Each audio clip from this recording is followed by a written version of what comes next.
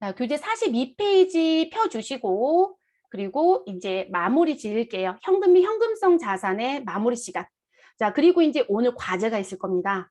그럼 여기까지 이제 진도가 나갔잖아요. 그러면 제가 뭘 드릴까요? 분계라는 거 숙제 드릴 거고요. 그리고 사지선다 문제 드릴 거예요. 그러면 힘드시더라도 좀 풀어와 보세요. 풀면서 아마 앞으로 왔다 갔다 계속 하실 거예요. 그러면 푸시고 내일 첫 시간 수업할 때 그 문제로 복습하면서 풀어볼게요. 같이. 자, 현금성 자산과 현금 과보족이라는 부분. 자, 현금성 자산은 계정 과목화시켜서 쓰실 수는 있습니다. 그런데 실무자들은 별로 원하지 않아요. 자, 원하지 않는다는 얘기는 무슨 얘기냐면 그냥 이런 의미가 있으면 내가 금융상품에 있는 것 중에 현금성 자산으로 취합하면 되지. 아, 이걸 왜 계정 과목 만들어? 이렇게 얘기를 더 많이 하시더라고요. 근데 계정 과목화시켜서 쓰실 수 있는 건 맞다. 근데 별도의 계정을 만들고 싶어 하지는 않는다. 그러면 결론은 전산실무 문제는 없다. 그럼 다 어디로 출제한다? 이론밖에 없다. 이렇게 보시면 되겠습니다.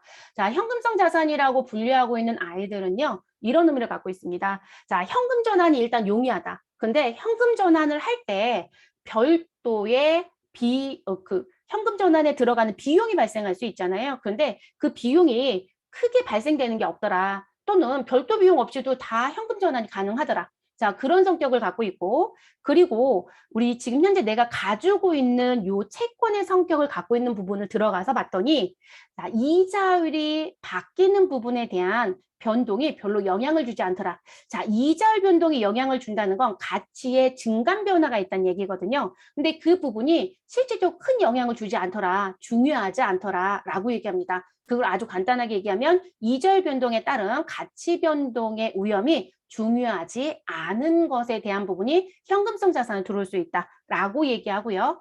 그리고 반드시 구분해 주실 거. 자, 여기 아래쪽에 현금성 자산과 당좌예금 쪽을 드렸는데 이걸 왜 드린 거냐면 구분하셔야 되는 부분이 있어요. 자, 지금 봤더니 취득 당시 만기가 몇 개월 이내? 3개월 이내 도래하는 금융상품이에요. 그러면 그 부분은 뭐로 보자? 현금성 자산으로 보자. 그러니까 보고기간 종료로부터 3개월이라는 관점이 아니라 무슨 부분? 나 은행에 예금 하나 가입했어. 양도성 예금에 대해서. 그러면 양도성 예금이라는 부분이 누군가한테 그 증서를 주면 제시했을 때 돈을 다 바꿨을 수 있어요. 근데 거기에 만기일자가 기록되어 있거든요. 근데 그 양도성 예금 증서라고 하는 CD가 무슨 부분? 3개월 이내 만기가 도래하더라. 언제부터? 내가 양도성 예금 증서를 가입하고 증서를 받아왔고 그 부분에 만기일자를 따져보니 3개월 이내 이런 얘기예요.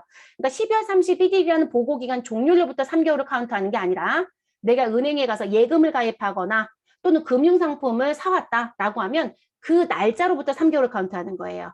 그게 다른 점이에요. 그래서 반드시 취득일로부터 3개월이라는 걸 머릿속에 박아갑니다. 그런데 우리가 당좌자산이라고 해서 유동자산으로 분류했던 부분은 취득일을 거론하지 않습니다. 취득일이 며칠인지 보지 않고 언제, 보고기간 종료일, 결론적으로 우리 12월 31일인 거죠. 그래서 12월 31일을 기준으로 1년 이내에 무엇하면 만기가 도래하네 라고 하면 무엇하겠다? 당좌자산이다. 그런데 만기가 1년 이내 도래하지 않더라. 이후에 도래하더라. 그러면 투자자산으로 분류가 될 거거든요.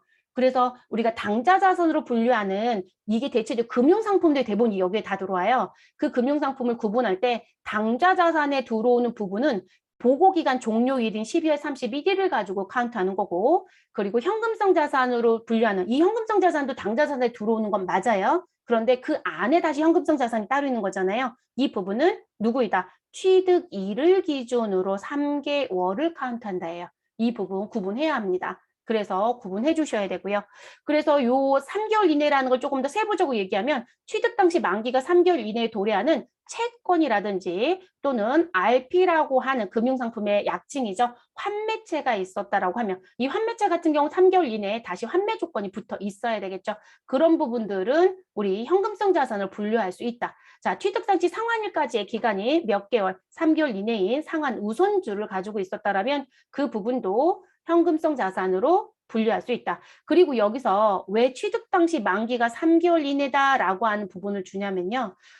여러분들이 은행에 예금을 가입을 했어요. 그리고 제가 왜 보통 예금도 이자 붙어요, 여러분. 근데 내가 들어오자마자 너무 빨리 뺐어서 이자를 볼 기회가 없어요라고 이렇게 말씀드렸잖아요. 그러면 그런 예금들은 이자 부분이 대체적으로 몇 개월에 한 번, 3개월에 한 번씩 하죠. 3개월 단위로 이자가 있었다라면 3개월 단위로 이자가 입금이 됩니다.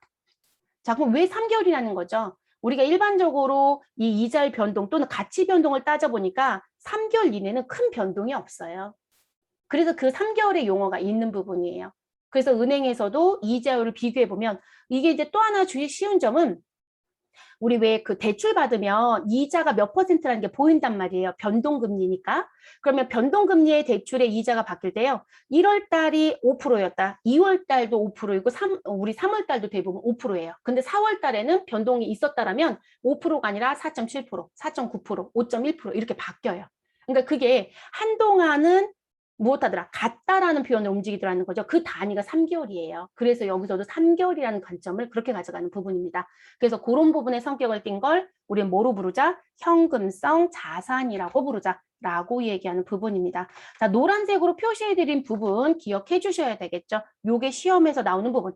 그래서 현금성 자산 자체만 물어보는 출제자가 있어요. 그럼 사지선다에 1, 2, 3, 4 보기를 만들어주는 거예요. 요 글씨 가지고. 그러면 요 부분에 해당되지 않는 용어 찾아서 답 체크하시면 되겠습니다. 자, 그 다음에 넘어가실 부분은 우리 현금 과부족입니다. 자, 여러분, 현금이 무엇하다? 과하거나 부족하다라는 표현이에요.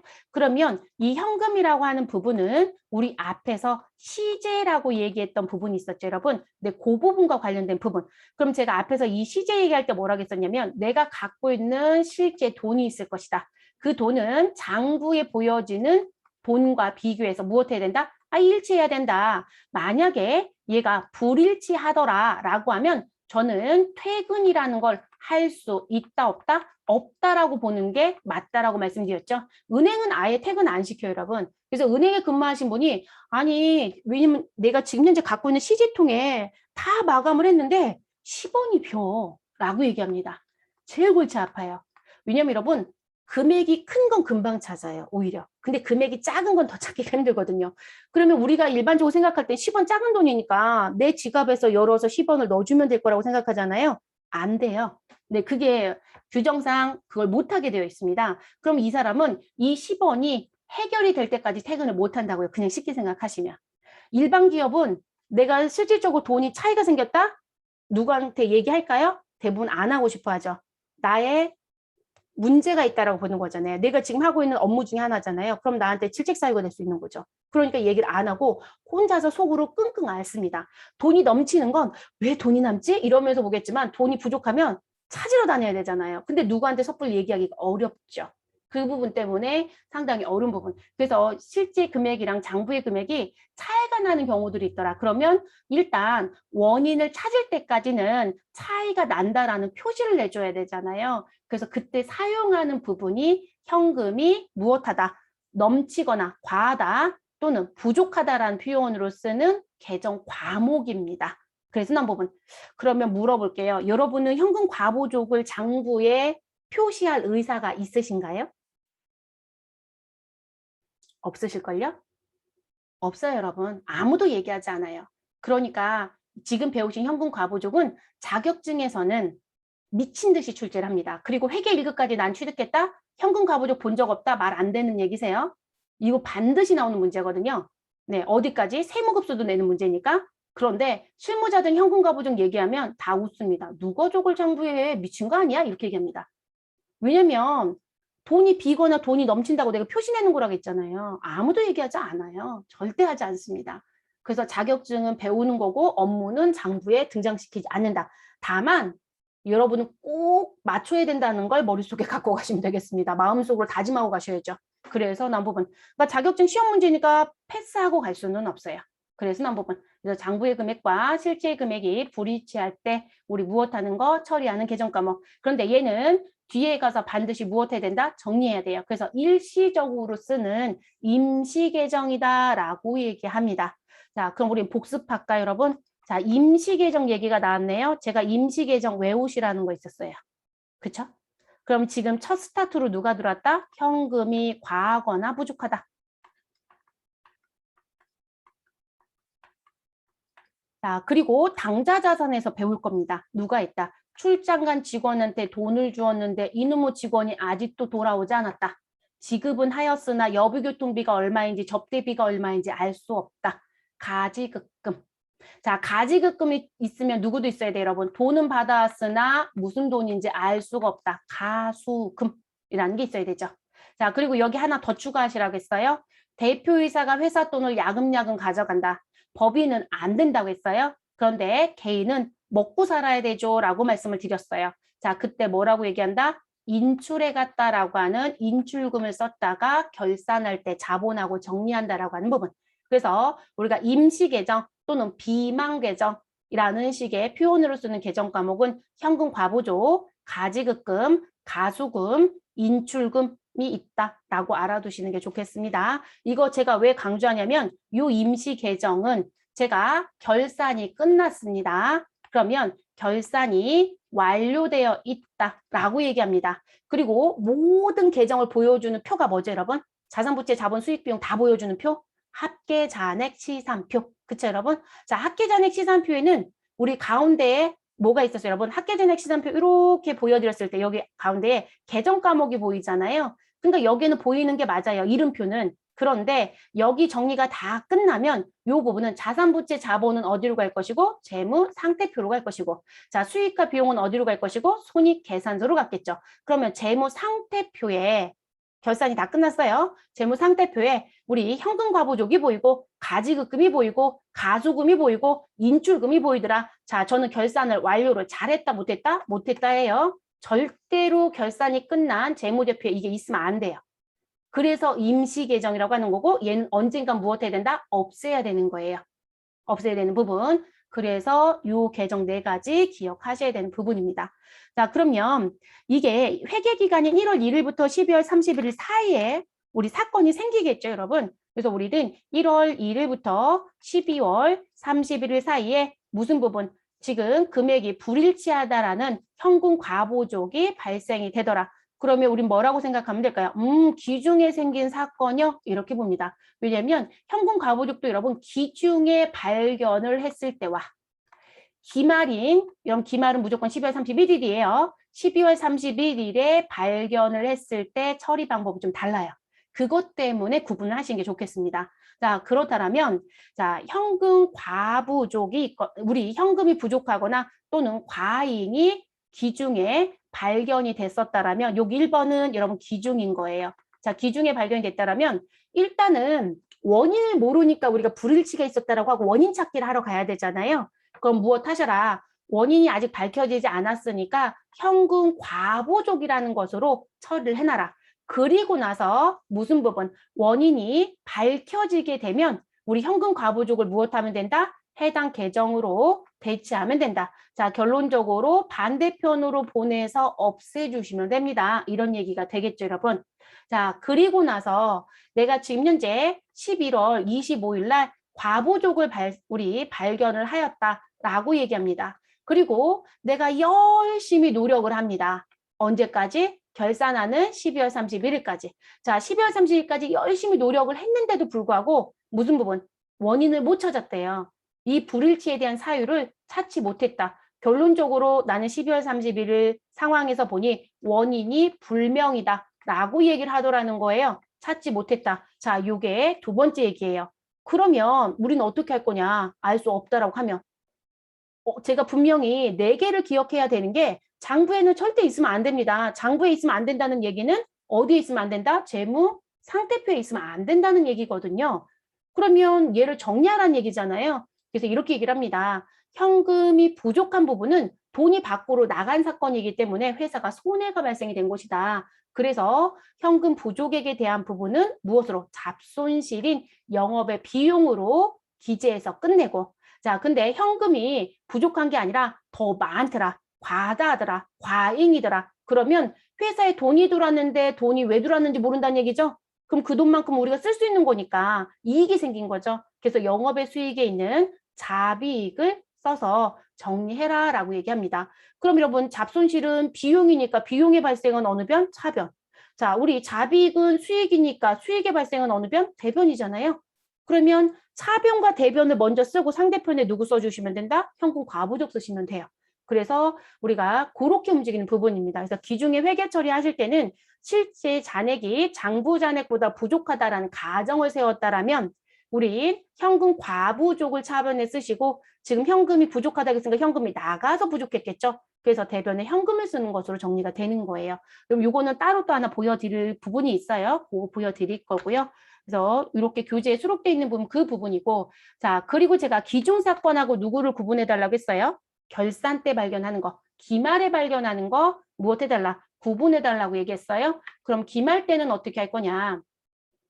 자, 결산일인 기말 12월 31일에 불일치가 됐다라는 걸 확인했다라고 얘기합니다. 그래서 실제와 장부상의 금액에 무엇이다? 차이가 있더라. 그러면 여러분 지금 현금 과부족은 무슨 계정이라고요? 임시계정. 그러면 아까 앞에서 기중사건 보여드린 것처럼 제가 차변에 현금 과부족을 써버렸어요. 그럼 여러분 12월 30일 날 금액에 차이가 있다고 현금 과부족 차변에 쓰면 저는 똑같은 날 12월 30일 날 무엇 해야 돼요? 원인 찾기에서 차변에 썼던 현금 과부족을 대변으로 보내는 회계 처리를 또 해야 되는 거죠, 여러분. 자, 이건 불필요한 일인 거죠. 그래서 뭐라고 하냐면 아니 결산하는 날 찾았다며. 그러면 야 현금 과부족 등장시키지 마. 이거 어차피 장부에 있으면 안 되는 거잖아. 없애줘야 되잖아. 그러니까 무엇하자. 그냥 현금 과부족을 써야 되는 자리에 왜 불일치가 발생됐는지 그 사유를 써 라고 얘기합니다. 됐을까요? 그러면 사유를 기록하시는데 이게 여비교통비 지급했던 게 빠져서 그랬었다? 그럼 여비교통비 쓰시면 돼요. 근데 여기서 이제 매일 얘기하는 건 뭘까요? 불일치는 있었는데요. 이유를 모르겠어요.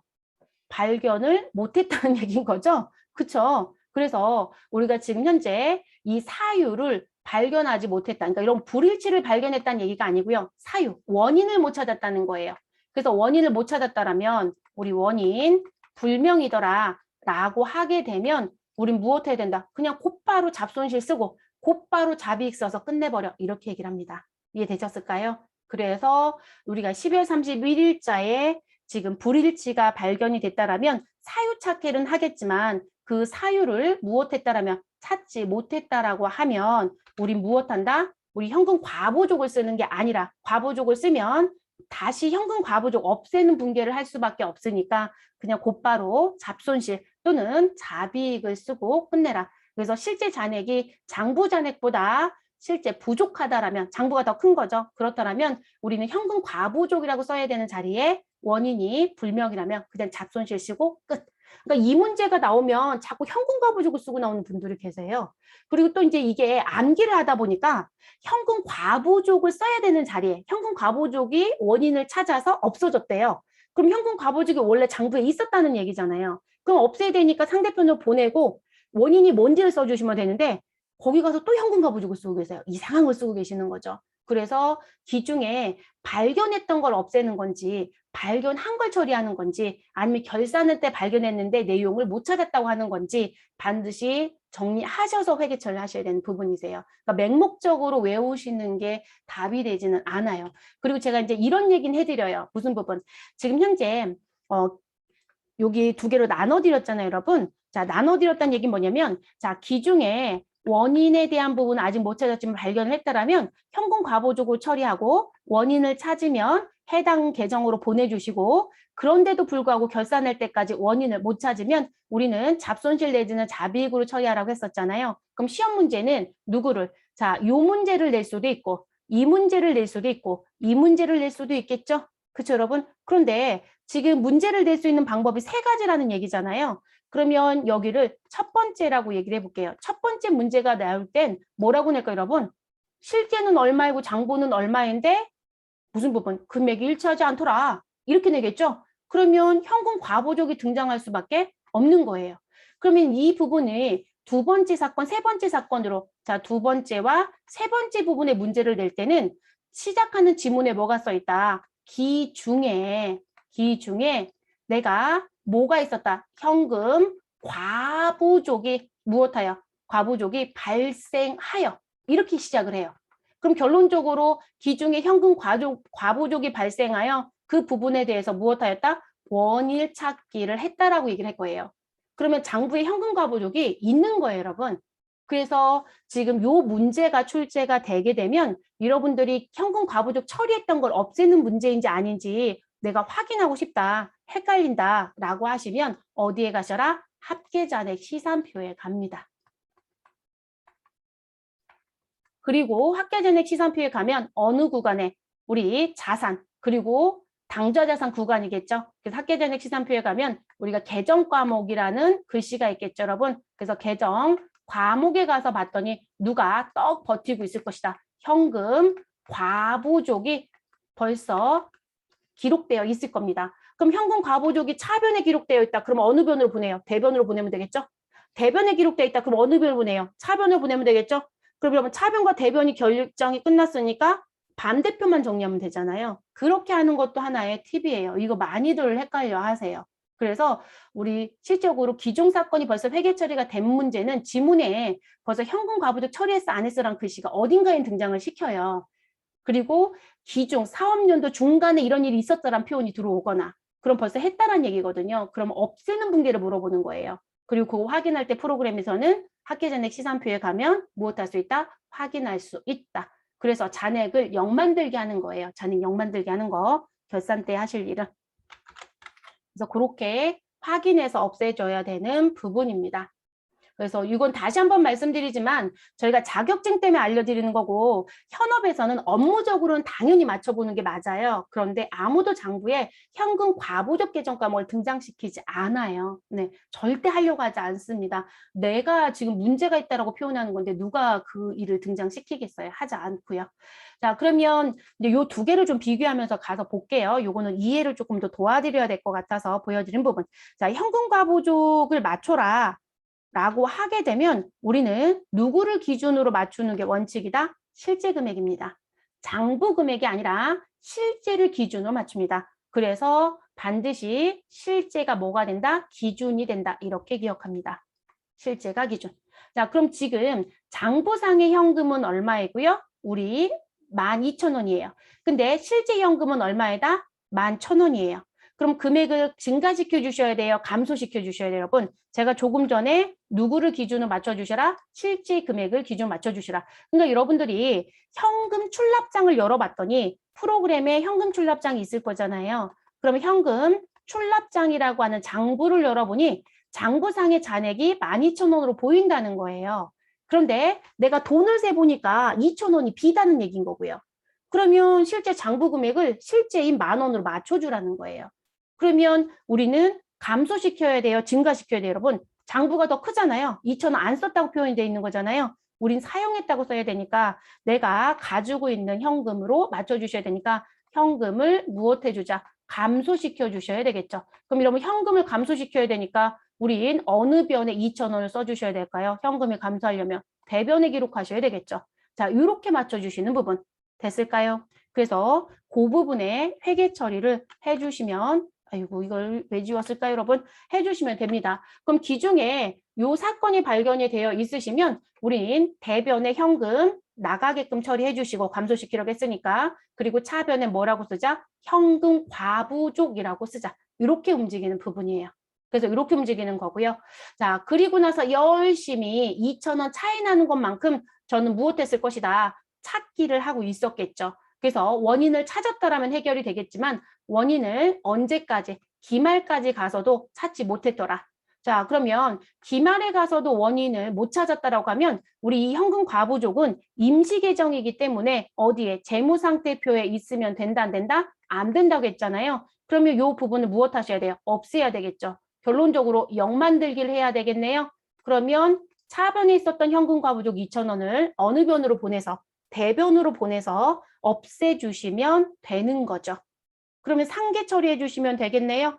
자, 상계 처리하실 거니까 저는 어느 변부터 정리할 거냐면 차변에 있었던 2,000원을 대변에 기록을 할 거예요. 그래서 대변에 현금과 부족 2,000원 정리시켜 주시고요. 자, 원인을 못 찾았다고 했으니까 여러분 뭐로 보내시라고요? 영업의 수익 내지는 영업의 비용으로 보내라. 자, 지금 저희는 얼마가 밖으로 나갔어요? 우리 현금 2,000원이 밖으로 나갔죠. 그럼 자산이 감소했어요. 그럼 여러분 자산이 감소하는 이유를 따져보면 대체적으로 무슨 부분? 내가 빚을 갚았거나 또는 비용이 발생했던 이유들이죠. 그래서 우리가 비용이 발생하면 자산을 감소시키거나 부채를 증가시켜서 결과론적으로 회사의 이익이 무엇되는 감소되는 효과가 있다. 그래서 자본이 무엇된다? 감소되더라. 이렇게 얘기했어요. 그러면 나는 알 수 없는 돈 2,000원이 나감으로 손해를 본 거잖아요. 그러니까 자연스럽게 누굴 쓸 수밖에 없다? 비용. 근데 그 비용은 누굴 써라? 영업의 비용에 있는 누구를? 잡손실을 써야 된다. 이렇게 얘기하는 거예요. 그래서 이렇게 쓰시는 거고요. 자, 그럼 이제 반대 사건도 봐야 되겠죠, 여러분? 자, 실제 현금은 10,000원입니다. 근데 어디에 가서 봤더니 현금 출납장에 가서 보았더니 우리 장부상 현금의 금액은 얼마이다. 우리 9,000원이라는 잔액이 보여지더라. 그러면 결론적으로 여러분, 우리는 실제 금액이 더 크네요. 그러면 쓸 수 있는 돈이 1,000원이 더 생겼다고 되는 거죠. 그러면 금액을 무엇 하시면 될까요? 증가시켜 주시면 되겠죠. 자, 그리고 기준은 항상 누구를 기준으로 간다? 실제를 기준으로 간다. 그래서 9,000원의 장부 금액을 우리 10,000원으로 무엇 해 주셔라? 증가시켜 주셔라. 그러면 현금을 증가시키라고 했으니 현금의 증가는 어느 변에 기록할 수밖에 없고요. 자산이니까 우리는 차변에 기록을 하겠죠. 그리고 그 금액은 얼마이다? 1,000원이다 라고 결론이 나는 거죠. 그럼 기중에 이 사건이 발견이 됐다라면 회계 처리를 해주셔야 되는 거죠, 여러분. 자, 그러면 회계 처리하실 때 기중에는 차변에 현금을 증가시켜 주시고 대변에 누굴 써라? 현금 과부족을 써라. 그리고 열심히 기말까지 또는 기중에 원인을 찾았다라면 정리시켜 주시면 되고요. 12월 31일까지도 무엇하지 못했다라면 우리 원인을 못 찾았다라면 대변에 있었던 현금 과부족 무엇 하셔야 된다? 없애주셔라.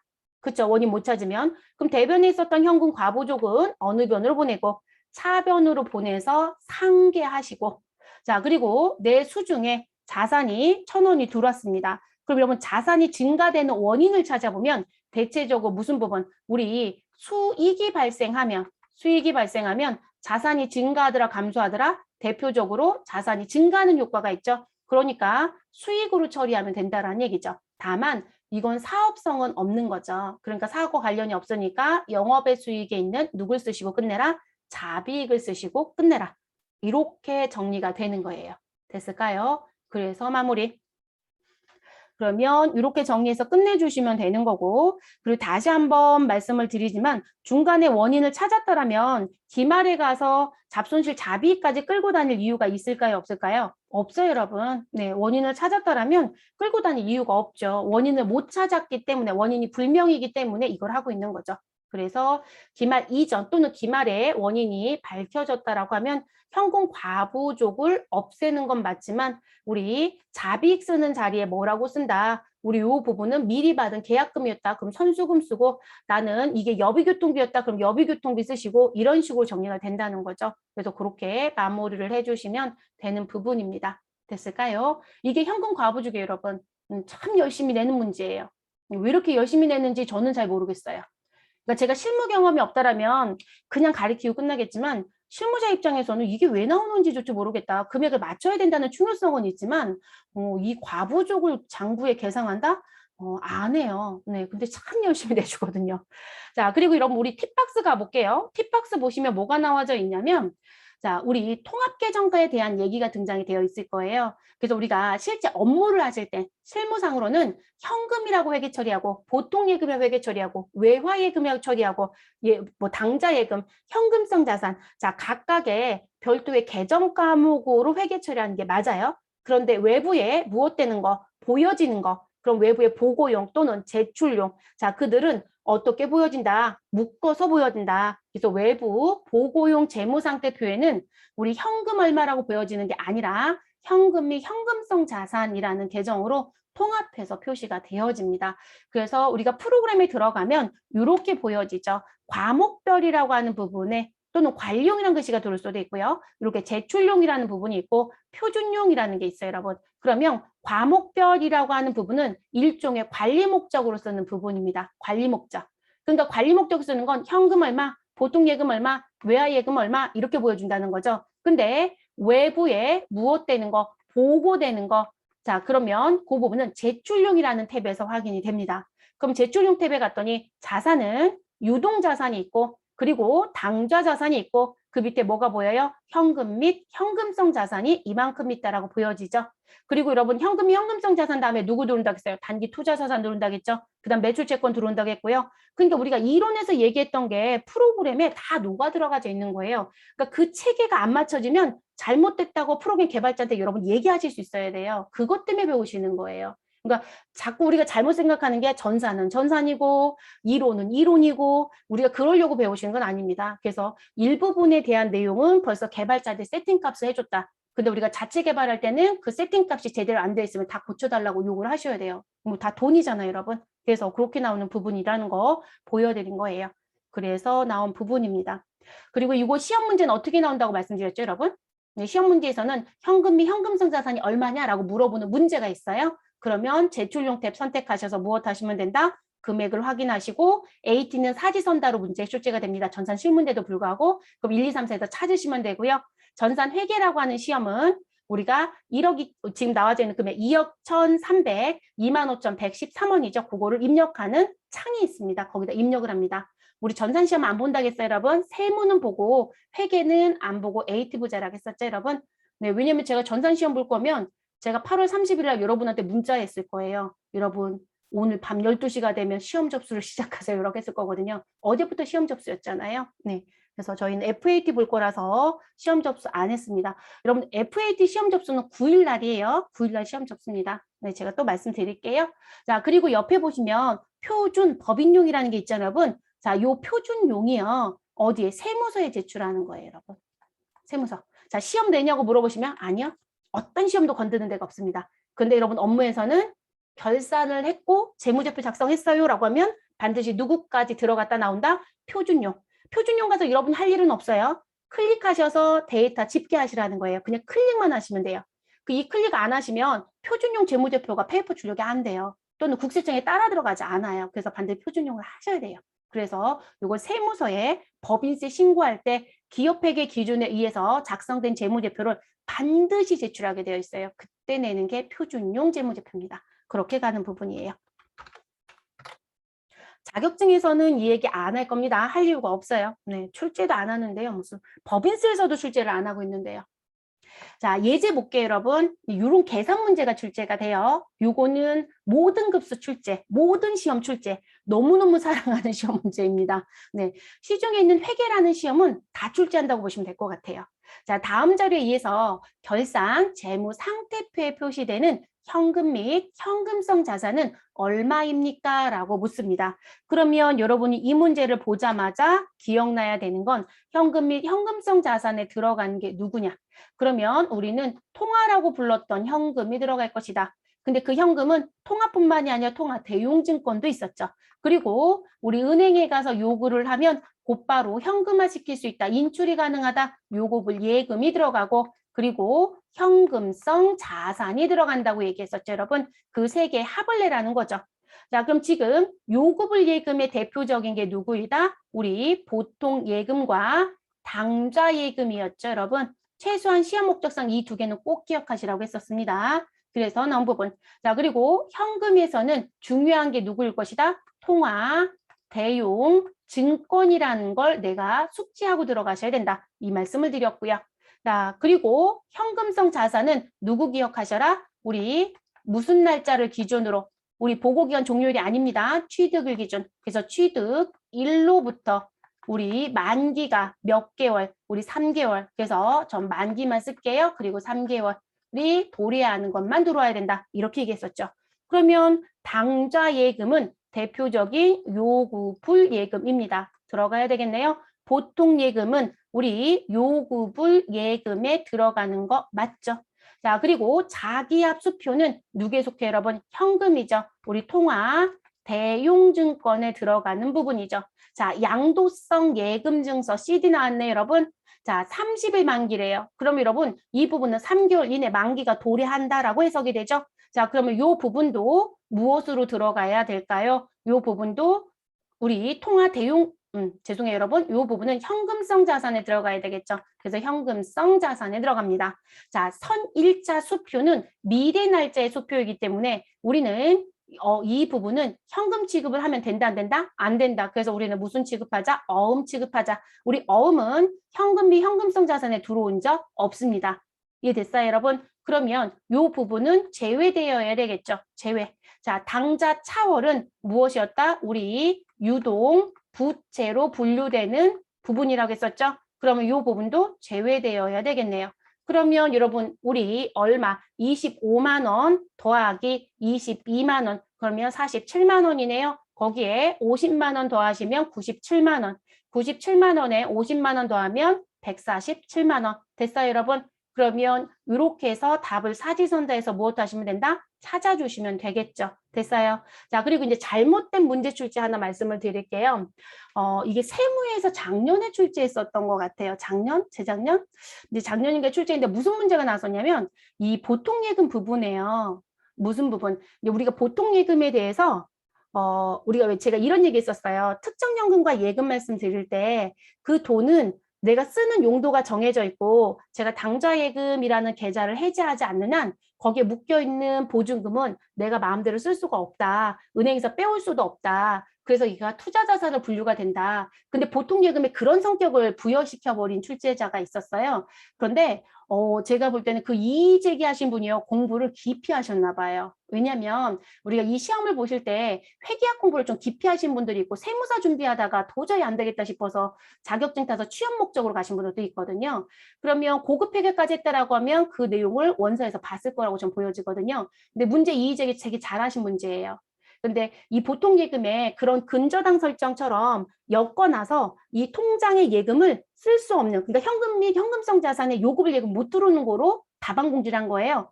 근데 우리 일반적인 보통 예금은 그렇게 엮어서 가지 못해요. 법적으로 안 돼요. 그러니까 이분이 너무 오래된 법을 보신 것 같아요. 예전에는 그런 경우가 있었거든요. 그래서 최근 기출 부분에 답안에 오류가 있었던 문제가 있었어요. 그래서 이의 제기에서 반박을 못한 거죠. 그래서 일반적인 보통 예금은 우리 특정 현금과 예금처럼 제가 그거 말씀드릴 때 일반적인 적금에 대출 받을 때 묶어놓으면 내가 대출금 상환하지 않으면 그 적금 빼서 못 쓴다고 말씀드렸잖아요. 그런 식으로 설정한 부분은 우리가 현금이 현금성 자산 성격으로 들어온다라고 할 수가 없어요. 근데 보통 예금은 그렇게 엮지 못한다고요. 법적으로 그걸 못하게 되어 있어요. 그러니까 출제자가 대부분 이론 수업은 세무사가 내거든요. AT 시험은 회계사가 내시고요. 근데 뭘 보시고 그 문제를 냈을까 싶긴 해요. 근데 개정돼서 아주 오래전에 바뀌었는데 그래서 혹시라도 여러분들 중에도 그런 거 생각하신 분 있을까 봐 말씀을 드리는데 그 문제는 100% 오류 문제입니다. 네, 오류 문제라는 거. 그래서 그런 일은 없어요. 현실적으로 불가능합니다. 그래서 이 문제 패턴은 이런 무조건 출제 문제이기 때문에 구역을 좀 하시는 게 좋겠습니다. 이 문제를 외우실 필요는 없고요. 현금, 현금성 자산에 들어오는 패턴을 공부를 좀 하시라는 거예요. 그래서 이렇게 정리. 그럼 드디어 우리는 뭐가 끝났나요? 현금 및 현금성 자산까지 모두 다 끝났어요, 여러분. 네, 모두 끝났고 이제 시작할 부분은 단기 투자 자산으로 넘어가서 또 시작을 해보도록 하겠습니다.